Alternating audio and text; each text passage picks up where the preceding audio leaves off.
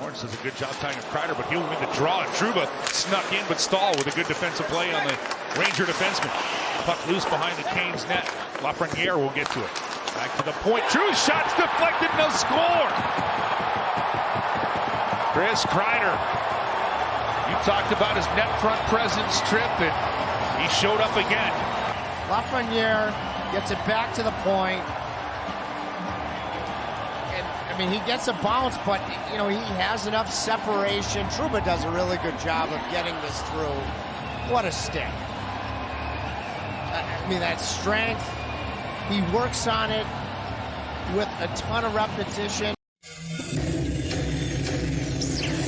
To the right of Georgiev, 49.7 seconds left. Puck still in the face-off circle. Zibanejad gets to it, plays it off the ice. It'll get past Teravainen.